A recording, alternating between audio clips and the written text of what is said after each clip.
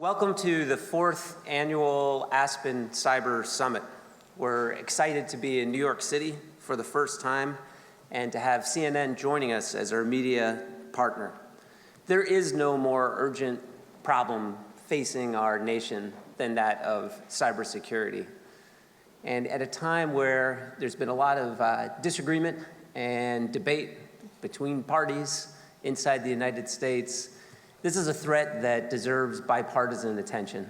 As we're going to hear more today, every day we're seeing our companies, our citizens, and our government under assault from a range of actors, from Iran, North Korea, China, and Russia, to organized criminal groups that are increasingly working with nation states. It poses challenge not just financial, but to our critical infrastructure and to our democracy itself. We began this program at the Aspen Institute in 2017 with the idea that for those of us that had served in government, we did not have a good forum for discussion with the private sector. And unlike many of the challenges that the government worked to address post the terrorist attacks of September 11th, that no matter how good we got in government at sharing information within the government and with other governments, that this was a problem that could not be solved without reaching outside the government. And that required changes in law, it requires changes in policy, and it requires a fundamental change in thinking. So the idea behind both our public forums and also the Aspen Cybersecurity Group is to provide standing places where the key leaders from academia, from the private sector, from government can meet to discuss the problems that we're facing and figure out how to solve them together. Keeping with that tradition, we have a great lineup today with leaders from the National Security Agency, from the FBI, from the Department of Homeland Security, along with many of leaders in the private sector, both in the cybersecurity fight and those that are dealing with it as victims. You'll also get to see some of the policy recommendations of our Aspen Cybersecurity Group. It's a unique group that consists, as is reflected by the leaders of the group, President Obama's former Homeland Advisor, Lisa Monaco, the CEO of IBM, Jenny Rometty, and Will Hurd, former CIA officer and current member of the House. It's a group that consists of a cross-section of society. They've been working hard at coming up with suggestions, whether it's on the Internet of Things and how to protect it, how to increase public-private partnership, or on suggestions on a skilled workforce to make recommendations, and you'll hear from some of that group today. You'll also hear from our San Francisco-based Aspen Tech Policy Hub, and the idea here was simple, that again, we need to figure out how to bridge the technologists and policy. As those of you who've seen the occasional congressional hearing on this topic, there is perhaps a dearth of technical expertise with some of our policymakers. So this is a program designed to get those who are technical experts or come from other fields to think and write like policy makers. And I'd like to give a special thanks to our 3 sponsors that have made today's event possible: Accenture, Comcast's cybersecurity company Blue Vector, and McAfee. So please join me in a quick round of applause for our sponsors. On a logistical note, we'll be in the main room throughout today with the exception of lunch, when we'll break up, and consistent with the theme of working together, we hope we'll use those times, those informal times, to get together and continue the conversations about issues like persistent engagement from our adversaries, ransomware, disinformation, and machine learning. And with that, I'd like to introduce, for the first time ever speaking at an Aspen Institute event, and his first major speech on this important topic of cybersecurity, one of the most important players in the government at responding to cybersecurity threats, the U.S. Secret Service Director, James Murray. He started just earlier this year as Director of the Secret Service. He's someone who has served in government for 24 years. He was formerly in the Army, and he's a near native, well, I know New Yorkers won't accept that, but a proud native of New Jersey. So please join me in welcoming Director Jim Murray. Thank you.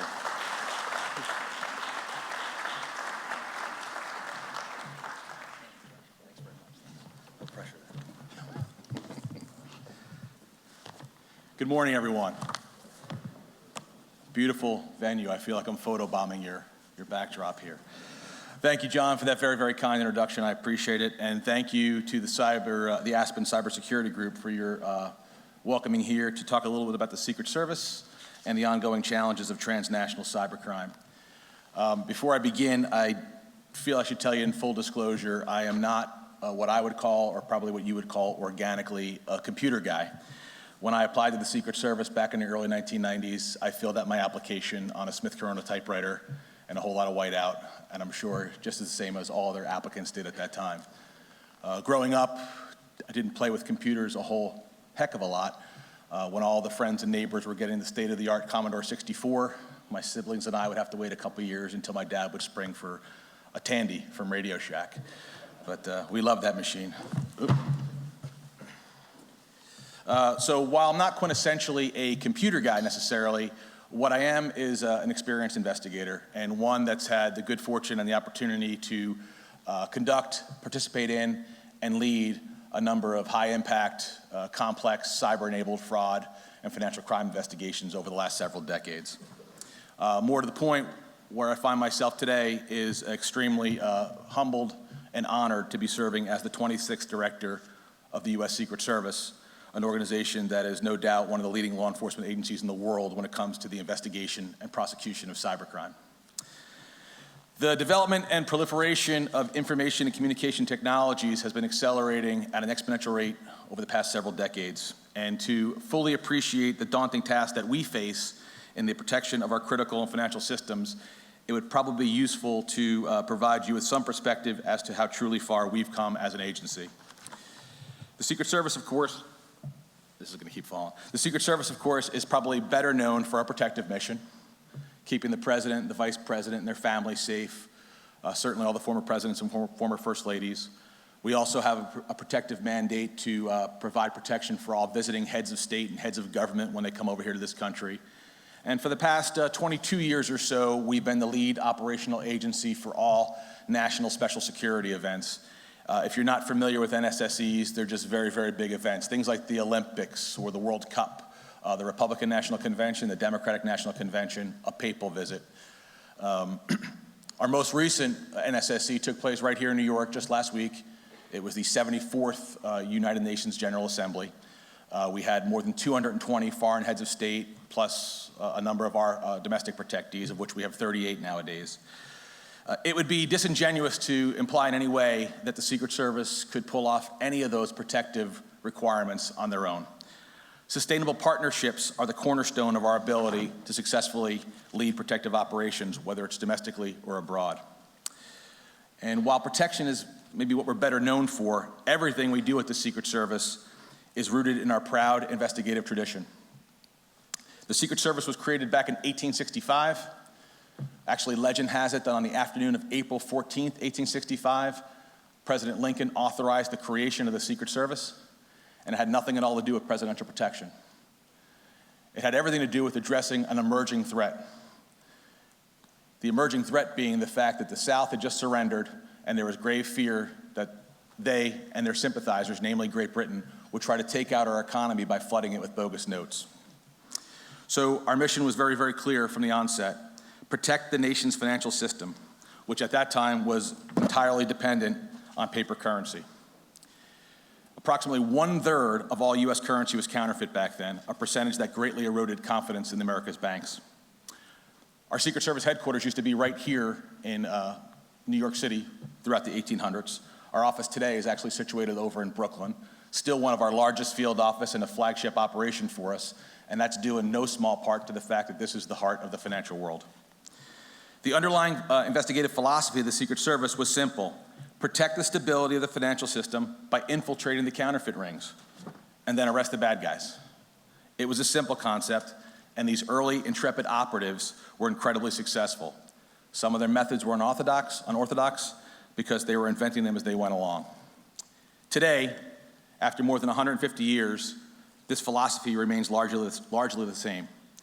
Yet, due to the integration of the world's financial systems over the past several decades and the rapid advancement of technology, we have steadily turned our attention to cyberspace. where the most significant crimes that threaten the U.S. economy are now committed.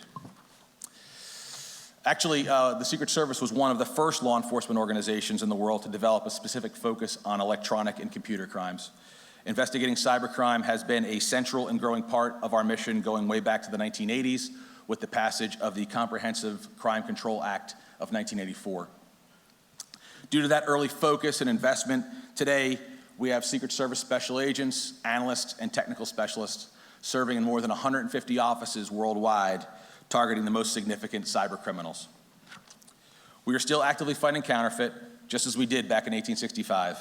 But cybercrime has quickly become, and will no doubt remain, our key investigative focus for the foreseeable future. The principal investigative focus of the Secret Service today is detecting and countering the most significant cyber threats and ensuring that justice is brought to those responsible for posing them. Before I proceed, I did want to make a little bit of a confession. When I was preparing my remarks, I was very much mindful that this group is exceedingly knowledgeable and familiar and aware of this space we're talking about. And I've been in this situation before where I've been asked to come up to a podium and talk about the Secret Service and what we're engaged in, and the group I'm talking with has at least as firm, if not a firmer grasp on the subject matter at hand. And when that happens, I'm reminded of a book I read a few years ago entitled Lecturing Birds on Flying. The book, if you're not familiar, has nothing at all to do with cybercrime or the Secret Service. It actually has to do with whether or not relying too much on mathematical theory is potentially disastrous to our markets. That's a whole other speech. Maybe next year John will have me back and I'll give that one. But anyway, I am in no way, shape, or form intending to teach birds how to fly today. What I do hope to accomplish, however, is provide you with some insight as to the challenges and strategies of the Secret Service, and in doing so, share some ideas and best practices to make our collective efforts safer, stronger, and more resilient. So that being said, how do we gain an advantage in this new digital world? The Secret Service philosophy to address this imbalance is multifaceted and very heavy on technology and innovation. Even so, the primary drivers of our success will continue to be our people and our partnerships. We firmly believe the most effective way to improve the security of cyberspace is to take the cyber criminals' hands off the keyboards and place them into handcuffs. We, our partners at the FBI and over at DHS and across government, we can spend all the money in the world to protect our companies and our critical systems from cyber threats. However, if we fail to impose consequences on those targeting us, we'll forever be caught in an arms race, one in which the attacker can target us with impunity. To be sure, many of us in law enforcement and in the media and in the cybersecurity industry tend to focus on the national security threats posed by nation states, and rightly so. These are all of critical concern. We're talking about very, very serious things like industrial espionage, election interference, and threats to our power grid. Critical issues, each of them on their own. However, this somewhat narrow focus on geopolitical cyber conflict often overlooks the reality that the majority of cyber intrusions are not conducted by nation states against military or politically strategic targets. Rather, the majority are the work of criminal groups looking to make a quick buck, or as is more often the case in the cyber domain, a quick $1 million. By way of illustration, the 2019 Verizon data breach report shows us that 71% of the breaches were financially motivated cybercrime, whereas only 25% of those had any correlation whatsoever with espionage. What's more, the total cost of cybercrime is staggering. The Center for Strategic and International Studies estimates the annual cost of cybercrime to be somewhere close to $600 billion, or put another way, nearly 1% of the global GDP. A substantial portion of this cost is revenue generated by transnational criminals who then reinvest the proceeds into the development of even more advanced capabilities. I do want to be clear, I'm not looking to downplay the threat posed by nation states. On the contrary, I'm saying that we at the Secret Service and our partners in law enforcement, we see the arrest and conviction of transnational organized criminals as an indispensable component of addressing the wider challenge. Fighting transnational organized crime is more than just delivering justice for victims or even protecting the integrity of the financial system. It is an essential element of the whole of government approach to reducing the full range of cybersecurity threats, including those threats posed by nation states. The Secret Service and our partners have witnessed the ways in which cyber criminals are increasingly at the leading edge in the development of the tools and techniques that adversarial nations employ in their own attacks against our national security equities. These same criminal groups are often deployed by the nation states to conduct the kinds of national security operations that draw so much media coverage. These bad actors are used because they're sophisticated criminals with talent often on par with, if not exceeding, those possessed by anybody within the national intelligence apparatuses over there.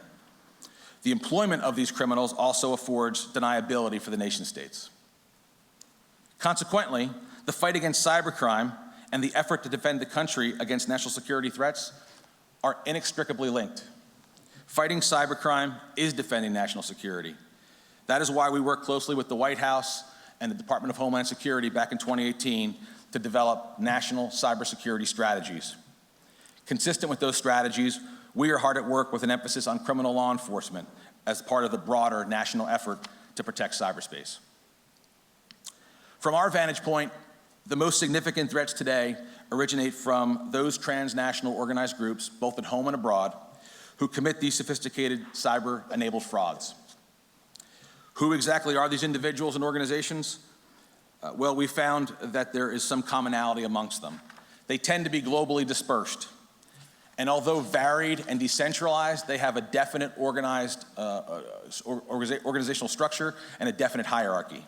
They're usually located in countries where there's a high degree of government corruption and limited law enforcement capability.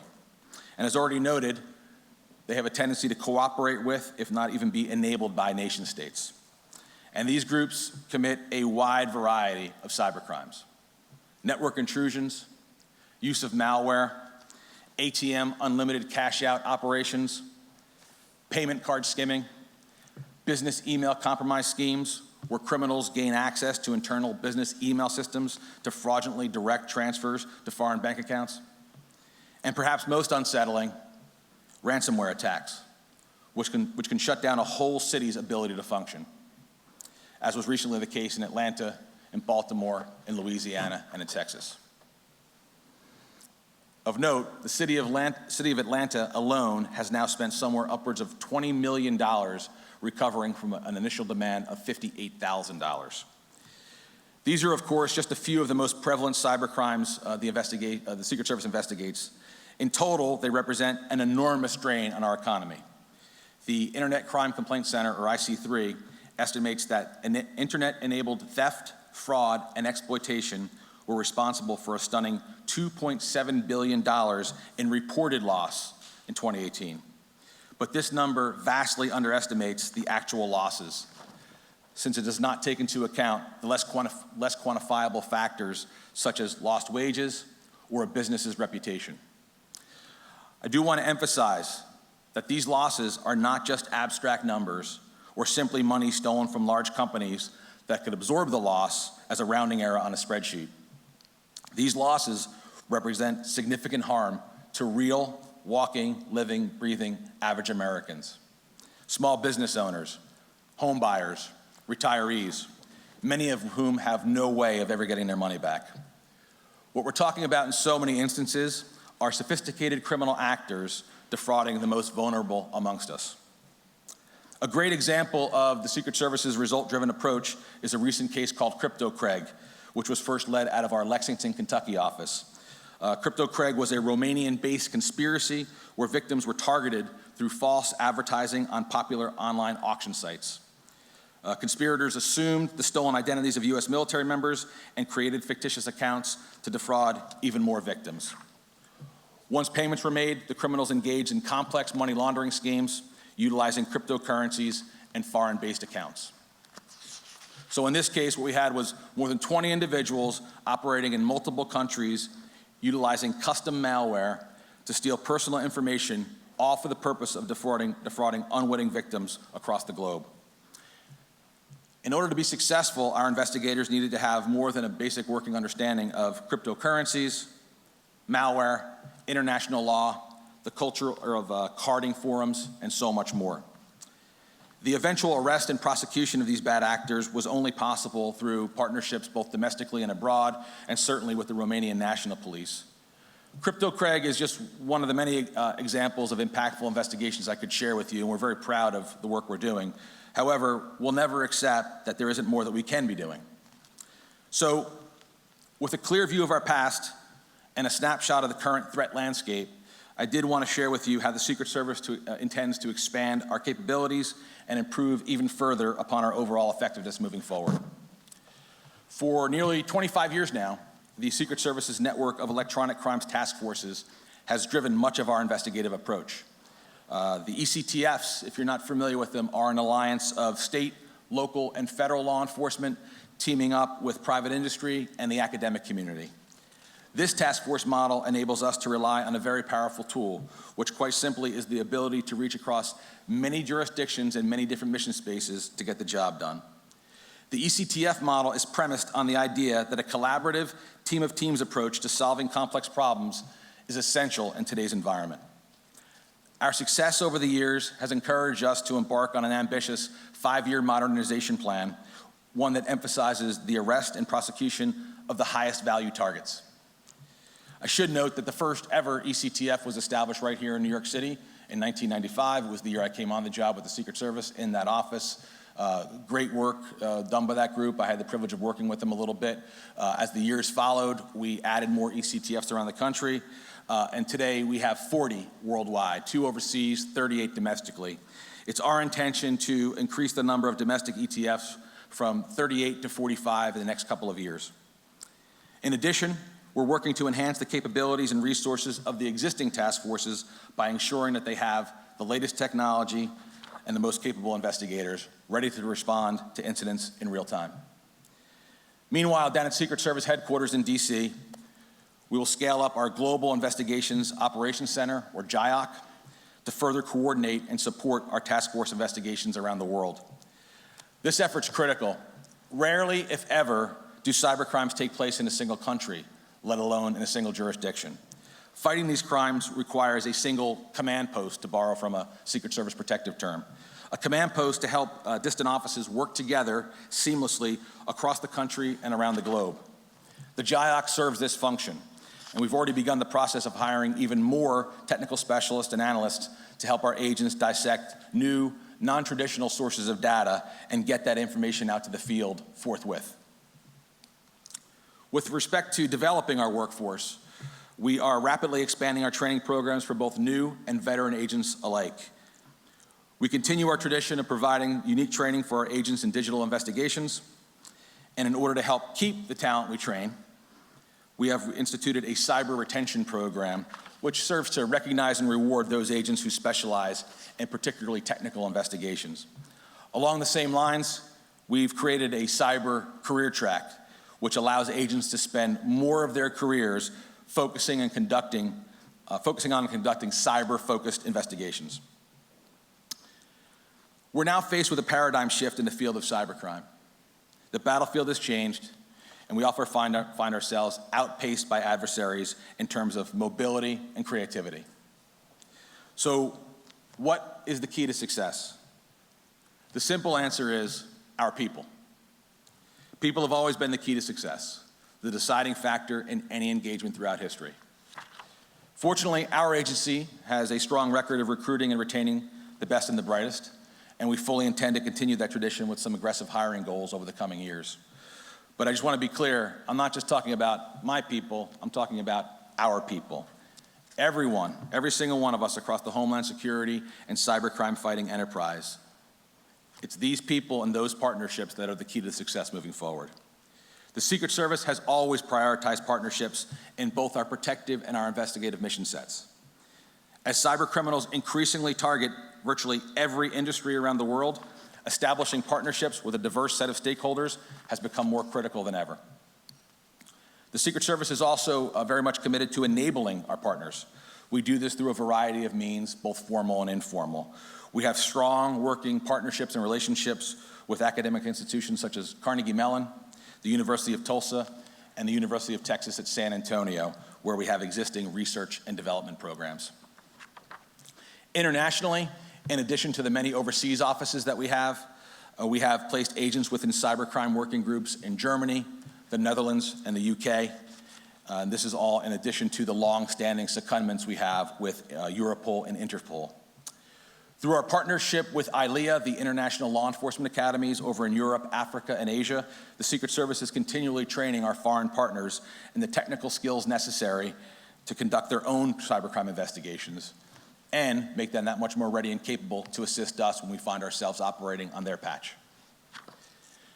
And perhaps most significantly, down at the National Computer Forensics Institute, or NCFI, which is our state-of-the-art training center in Hoover, Alabama, the Secret Service is actively training state, local, and tribal law enforcement, as well as prosecutors and judges.